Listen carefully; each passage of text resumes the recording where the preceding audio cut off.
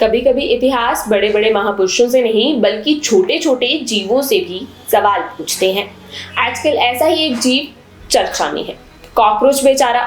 ना उसने press conference करी, ना कोई बयान दिया, ना किसी मंच पर चढ़े, फिर भी वे बहस के केंद्र में हैं।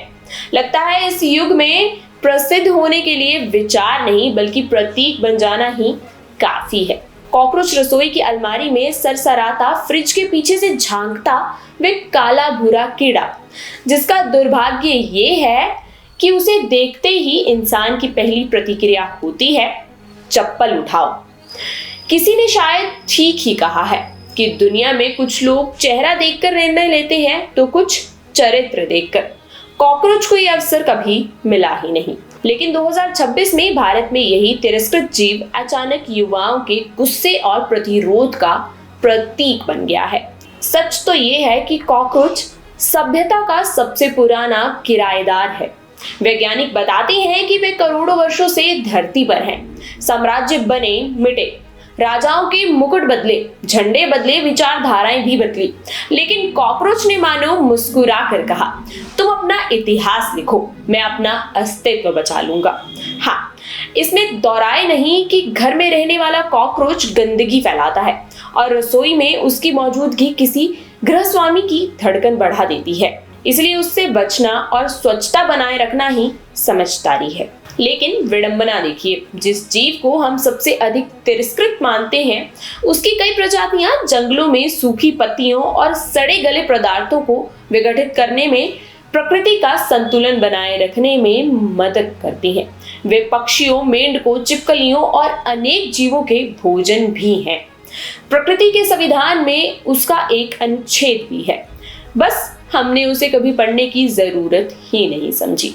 समाज की एक आदत है हर चीज में प्रतीक खोजना। अब सवाल ये भी है कि ये प्रतीक के लिए कॉकरोच को ही क्यों चुना? इसका जवाब इस कीड़े की जीव वैज्ञानिक कहानी में छुपा है। कॉकरोच धरती पर लगभग 30 करोड़ साल से मौजूद है, डायनासोर से भी पहले की। इसकी सहन शक्ति चौंकाने वाली है। सिर कटने के बाद भी एक हफ्ते तक जीवित रह सकते हैं, क्योंकि इनका मस्तिष्क सांस लेने की क्रिया को नियंत्रण नहीं करता। ये 40 मिनट तक सांस रोक सकते हैं और पानी के भीतर भी जिंदा रह सकते हैं। ये इंसानों से 5 गुना ज्यादा रेडिएशन सह सकते हैं। भोजन के बिना 1 महीने तक जिंदा रह सकते हैं, बस इन्हें पानी चाहिए। शायद यही अटूट जीने की इच्छा है जो युवाओं को आकर्षित करती है। कुछ लोग दबाओ, बदनाम करो, फिर भी हम बचे रहेंगे। इसलिए आज कॉकरोच केवल कीट नहीं रहा, कोई उसे उस व्यवस्था का रूपक मानता है जो सफाई अभियान के बाद फिर लौट आती है। कोई उसे जिजीविषा की प्रतीक मानता है जो हर संकट के बाद फिर खड़ी हो जाती है। कोई उसे अज्ञानता और अंधेरे का निवास मानता है, तो कोई उसे संघर्ष का सैनिक। प्रतीकों की यही खूबी है, वे आईने की तरह होते हैं। हर व्यक्ति उनमें अपना चेहरा देखता है। संत कबीर का दोहा याद करें, बुरा जो देखण मैं चलिया, बुरा न मिलिया कोई, जो मन खोजा अपना, मुझसे बुरा न कोई। शायद यही कारण है कि हर युग अपने कॉकरोच पैदा करता है। कभी वे बाहर होते हैं तो कभी वे भीतर। बाहर वाले पर चप्पल चल जाती है, भीतर वाले पर नहीं। हमारे समय की एक और विडंबना देखिए, हम हमेशा लक्षण से लड़ते हैं, कारणों से नहीं। कॉकरोच मारने की दवा खरीद लेते हैं, लेकिन गंदगी साफ करने में आलस करते हैं। समाज में भी यही होता है। हम शोर पर हमला करते हैं, सन्नाटे पर नहीं। धुएं को कोसते हैं, लेकिन आग को नहीं। जिसे देखकर हम घृणा से भर जाते हैं, वह भी प्रकृति की पुस्तक का एक पन्ना है। जिसे हम मिटाने निकले हैं, वे हमें जीने की जिद सिखा जाता है। दोष केवल जीव का नहीं होता, कभी कभी अंधेरा भी उसका घर बन जाता है। और फिर कॉकरोच तो भविष्य के प्रोटीन स्रोत में भी उभर रहा है।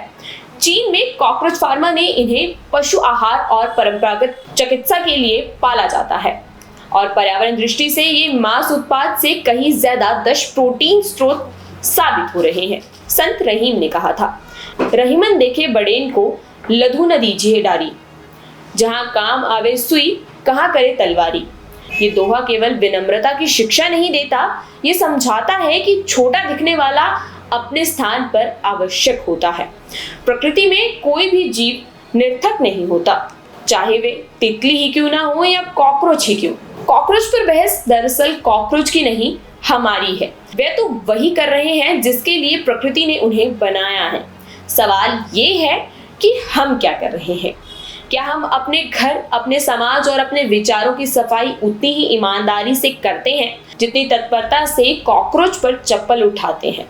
शायद इसलिए कॉकरोच आज केवल एक कीट नहीं, हमारे समय का आईना बन गया है। और आईने की विशेषता ये है कि वे आईना कभी झूठ नहीं बोलता। हाँ, उसे देखकर असहज जरूर हुआ जा सकता है। नामी साहित्यकार काफका की मशहूर कहानी द मेटामॉर्फोसिस में नायक एक सुबह उठकर खुद को एक विशाल कॉकरोच में बदला हुआ पाता है और अलगाव, शर्म और समाज में बहिष्कार की पीड़ा का रूपक बन जाता है।